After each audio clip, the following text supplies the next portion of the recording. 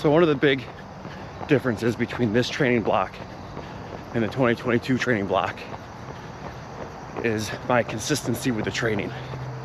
In 2022, I missed about 15% of the workouts. Sometimes the excuses weren't really that good. It's just I didn't feel like doing it, or I didn't prioritize my time well enough. Fast forward to this training block, the only training runs that I missed were when I thought I was injured. I had a slight chest injury that just made it painful to run. So because of that, I missed some training runs. So number one thing is this block, I stayed about 95% on training plan, while the last block, I stayed about 80% of the training plan.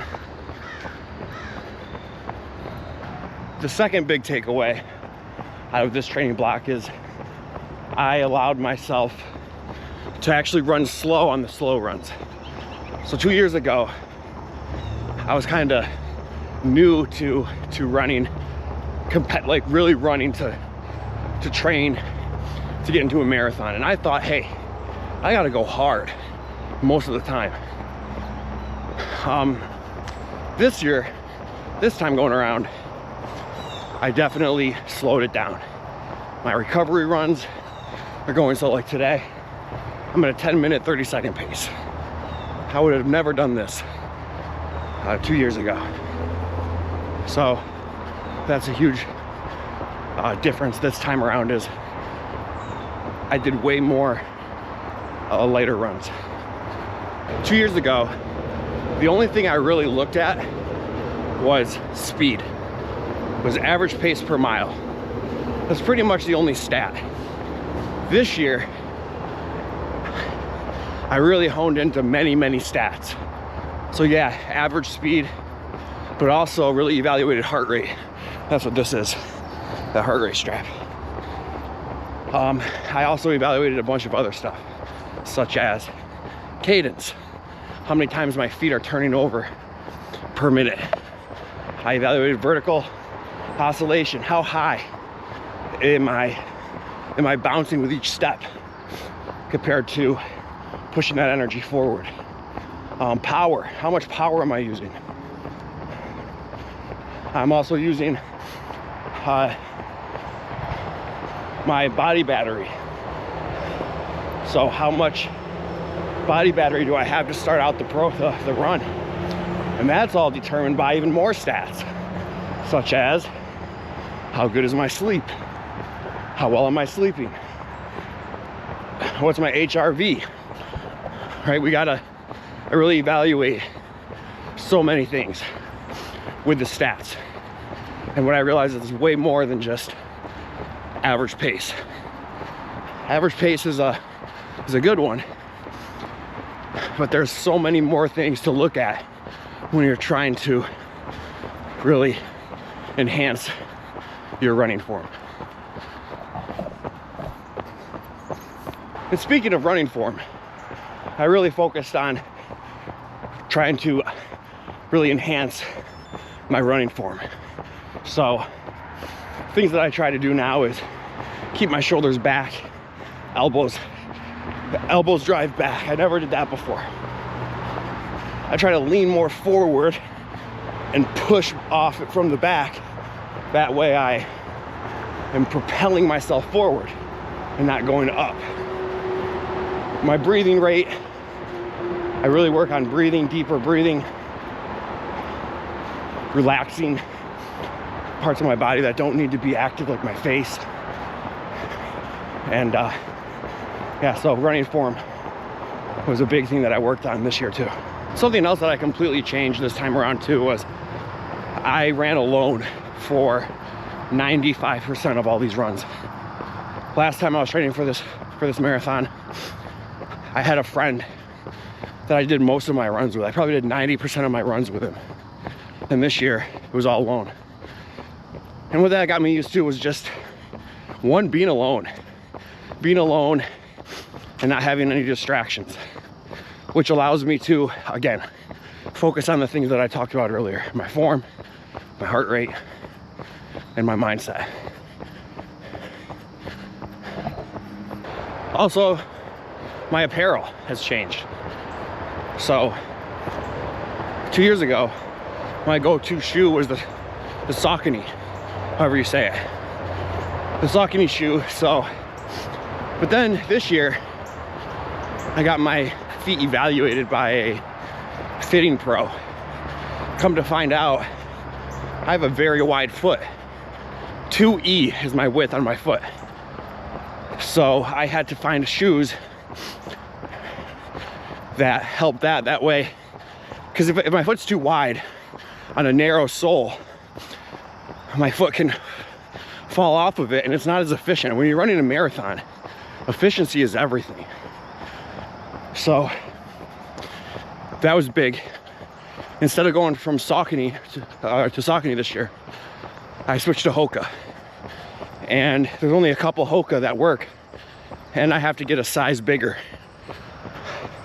To be honest, I don't really know the names of the shoe off the top of my head, but I gotta talk about that later.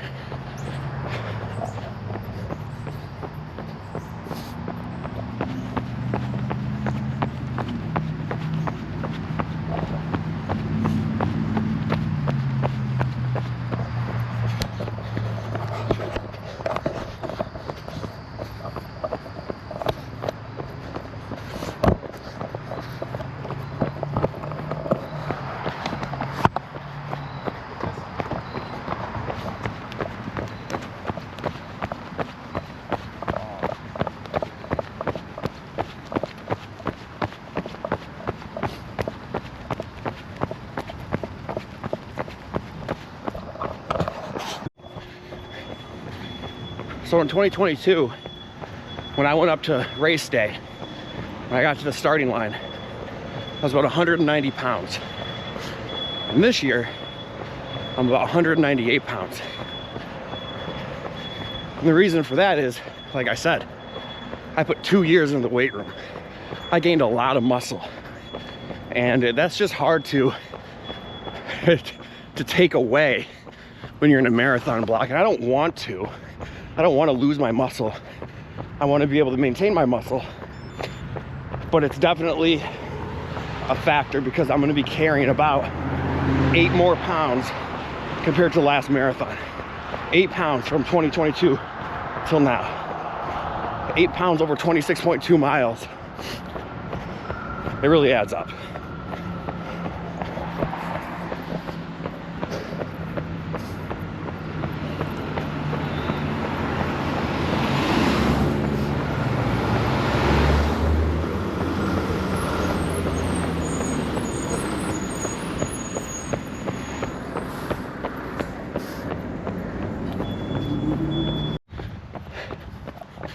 Another big difference this year compared to 2 years ago is now I have 2 kids. So 2 years ago, I only had my daughter, who was about 1.5 years old.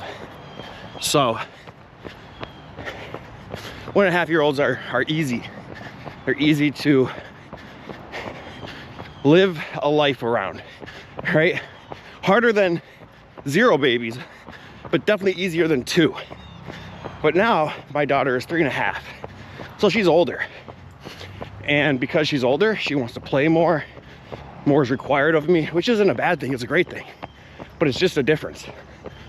So now I have more things to do when I get home, which is a good thing for my life, but not necessarily the best thing for training for a marathon, right? And then on top of that, oh, he's a big good boy. On top of that is I have a son now too, and he's 9 months old. And so there's two babies in my life, my 2 beautiful babies. And like I said, it's amazing. I love it. And God willing, we're gonna have a lot more. But when it talks strictly to marathon prep, sleep is less, Responsibilities are more. So it is a little harder this time around to do what is needed to be done for this marathon prep. For the record, when I am talking on the camera, my form obviously diminishes. I'm holding up a camera, I'm talking, I'm not breathing. So my heart rate spikes up to about 148 compared to 138. And that just goes to show how important learning to be efficient when you're running is, because if one little thing is off, your body has to work harder. And if your body has to work harder, your heart has to pump harder. And therefore your heart rate goes up. So just keep that in mind too, is that the whole time I'm running, I'm trying to be as efficient as possible. So the hardest part of this run is talking to you.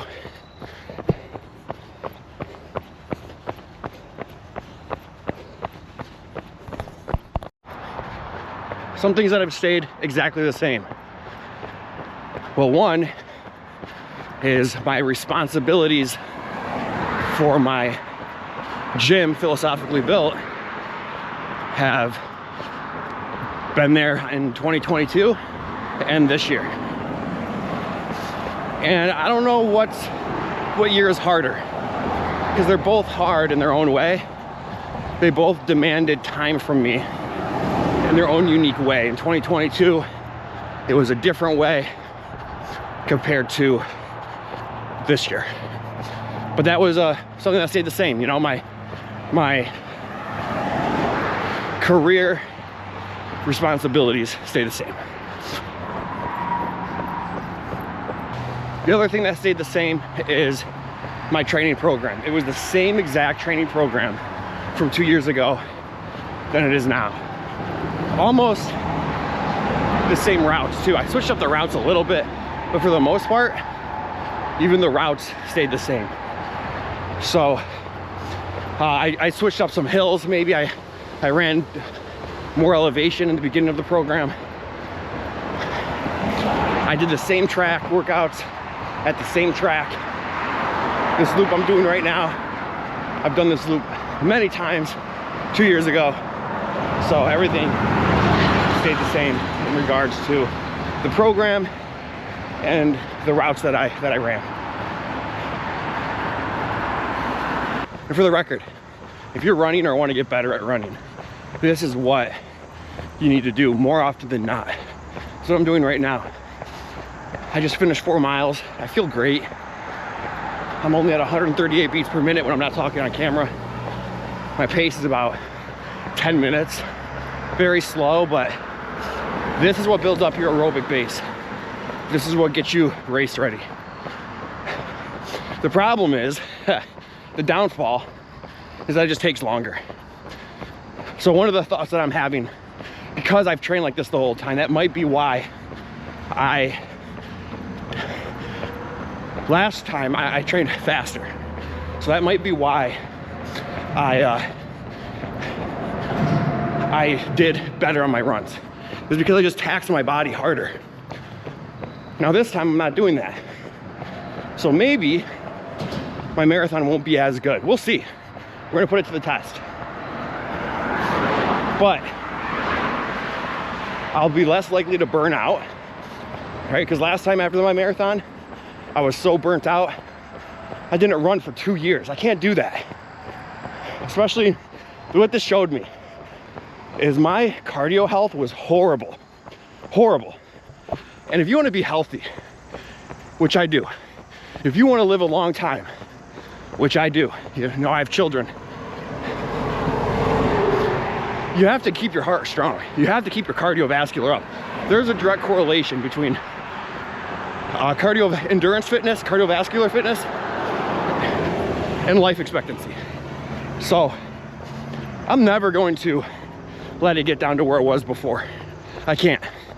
I have too much responsibility. I have too many people counting on me. I can never do that. So what does that mean? Well, that means I better not push so hard or I burn out.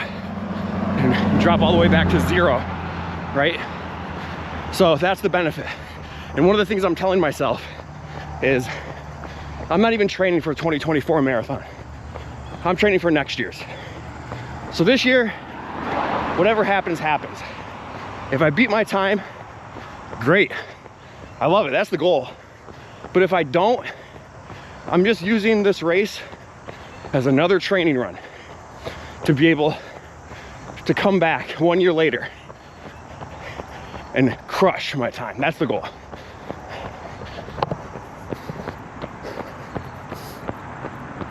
And the last topic that I want to talk about discussing this marathon prep is why. Why do I want to do it? And the answer, I'm like 70% sure of why I want to. And then there's another 30% of that I'm not really sure, and I'll explain that soon. So the 70% is I never want to get old. I never want my body to fail me. Yes, I understand that as I get older, my body is going to be able to do less and less. But I can dictate how quickly that diminishes.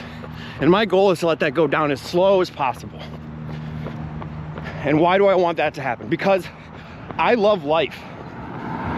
And one reason I love life is because I get to experience, I get to go out and let the sun hit me and breathe in the air and look at the scenery around me, right? I get to be alive. And that's important to me because I'm only here one time. So I want my body, which in my opinion is separate from me. I am me and I have this body. And in order for me to experience the world around me in a way that I want to, my body has to be strong. So that's the big one. Another big one is because I have a son now and a daughter, but for my son, he's gonna look up to me and he's gonna mimic what I do. And I know that I want to be a good role model for him. If he sees me running and taking care of my health and fitness, he's gonna do the same thing. And we'll give him the tools to age in a way that will allow him to experience life to the fullest. Now, I don't think fitness is the end all be all. What it is just the groundwork, is the foundation to allow yourself to grow from there, right? So it's not like fitness equals happiness. Fitness equals healthy, pain-free, high energy. And that can lead to better decision making and ultimately happiness. And then my daughter, she's a big reason too. Because I'm gonna assume that she's gonna pick somebody like me. And maybe she doesn't, but that's usually what happens, right? So, what do I wanna do? I wanna be an example of someone that I know that when that day comes and I hand my daughter's hand off in marriage, that man will be able to take care of her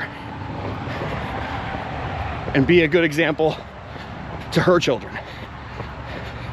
So that's a big reason why I'm doing what I'm doing. The other 30% is kind of just like a FOMO. Like, what happens if I don't? And I want to be on my deathbed and know that I gave it all in this life. That's all. I'm not looking for the best outcome. I'm not looking to be number one. I'm looking for the path to pursue number one. I want the pursuit of being the best. And if I am the best, great. chances are I'm not going to be the best. But the pursuit of that is what I'm after. So today, I got to take you on my 5-mile recovery run. And as you can see, the whole thing, it was nice and easy. Okay, I went over what I've been doing in the last marathon in 2022 and what I'm doing now. I went over all the similarities, which there's a lot. I went over the differences. I went over, in particular, what is good differences for today and bad differences for today. And then my big why.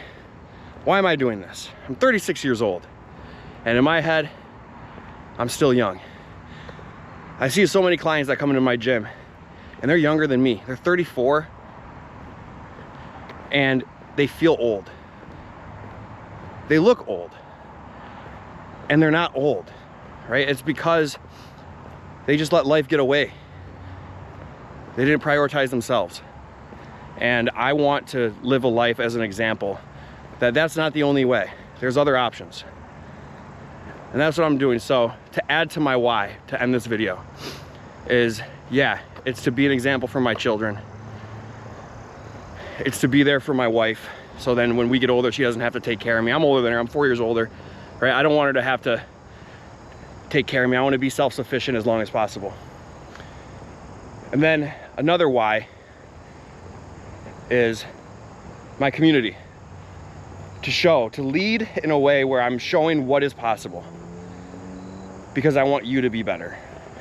Because ultimately, we are here. I was put here for a reason. And one of the reasons I think I was put here was just to lead by example and do my best to keep myself as healthy as possible and be on a path that inspires others to do the same, because we only have one life, guys. Just one time to do this. And if you don't let it, if you don't take advantage of it, it's gone. So get out there, do what you have to do, take it day by day, and just, yeah, take it day by day. Don't race anybody but yourself. And in the long run, you'll win.